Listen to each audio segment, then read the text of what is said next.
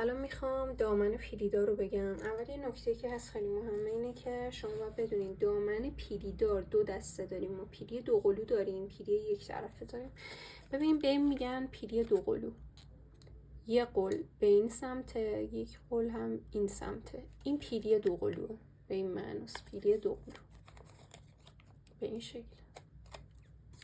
پیلی یه قلو یعنی شما میتونید از اصلا چه این رو چه این رو، چه پیلی دو قلو چه پیلی یک طرفه رو، هر تعدادی که بخواین میتونید داشته باشین. این پیلی یک طرف است. ببینین یک طرف رفته، یک طرف رفته، یک طرف رفته، همشون این شکلی رفتن. به این میگن پیلی یک طرفه که دامن پیلیسه به این شکل هستش.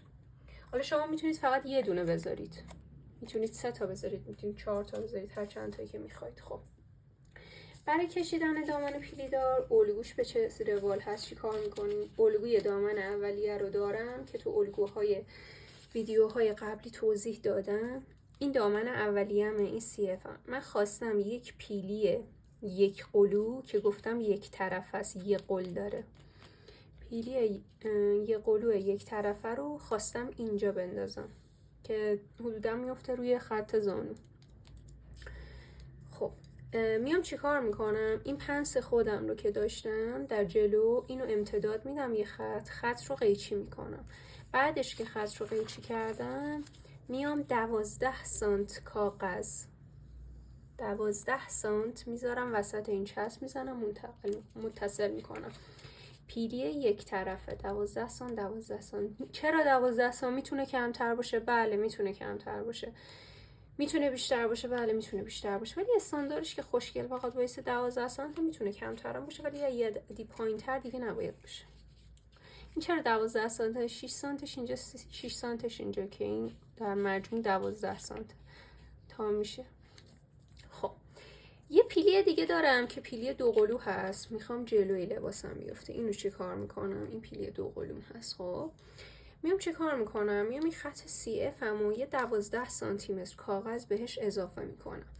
این 12 سانتی متری که بهش اضافه میکنم رو، چرا دو قلوه؟ به خاطر اینکه یک قلتون این سمت برگه است، یه قلتون وقتی روی پارچه میذارید که اینجا این علامت دولایی بسته است، این علامت دولایی بازه.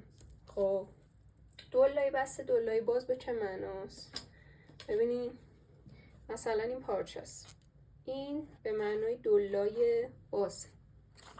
وقتی پارچه رو به این شکل تا میکنید، این ترکیه پارچه باشه، این میشه دولای بسته، تا شده. یعنی وقتی که شخص میخواد اینو برش بزنه میذاره موماس بر دولای بسته.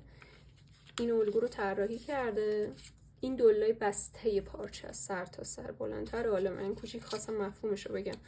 اینو میذاره روی دولای بسته، چون وقتی میذاره رو دولای بسته قاعدتا 2 تا لایه از این کپی میشه دیگه، یه قلش این ور افتاده یه قلش اون ور، یعنی مثل این. ببینید فکر کنید این الان خط CF تونه که تا شده، این خط CF هم. خب یه قلش اینجاست، وقتی پارچه‌شون دولای بسته داره برش میخوره این شکلیه، یه قلش این ور افتاده یه قلش این سمت افتاده، که وقتی که پارچه رو شما کامل باز میکنید به این شکل در میاد. پیلی دو قلوه که از وسط افتاده. خب پس 12 سانت 12 سانت میذارید رو دولای بسته برش میزنید. در مجموع یعنی میتونیم بگیم که 24 سانتی متر اضافه این وسط است، 12 سانتی متر هم اون ور افتاده.